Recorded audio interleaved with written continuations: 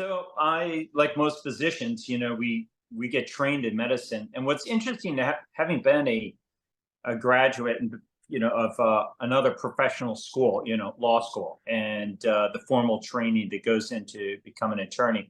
What's interesting to me about medical school is the standardization of the curriculum there. So, when I went through medical school, I learned all the pharmacokinetics, how medications work, and basically how the lead up to working up a patient for medication. So all the testing, all the imagery, all the evaluations. As I graduated from medical school, I finished my residency.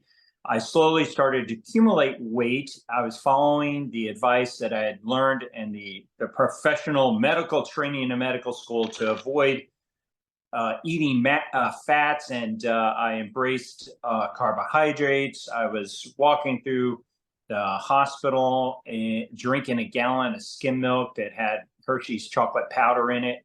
And I thought I was doing the right thing. So after being really, in the health space for years, and then suddenly, not having much improvement in that balance test, and then 1 year dramatic improvement, I had to ask myself as a researcher, what was the difference? What happened in that year? And here's what it was: extended fasting.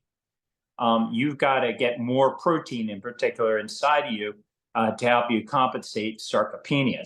And so one of the earliest manifestations of sarcopenia, which is the loss of muscle mass and muscle performance, can be seen in the abdomen. It's very alarming. Absolutely, I think insulin sensitivity is a ideal state that we should be trying to achieve, and our ability to both produce and respond to be sensitive insulin really is a reflection of just how healthy we are.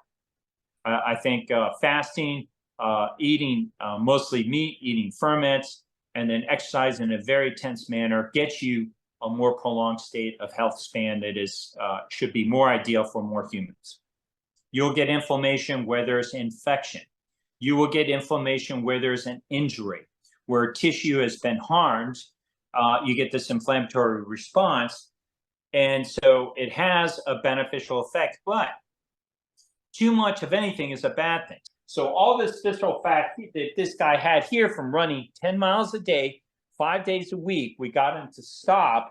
And over the next 2 months, he simply sprinted instead of run. He goes from here to this point. So you should be able to see that this guy has eliminated almost all his visceral fat now by just that one change. The association between heart fat and visceral fat is a strong one.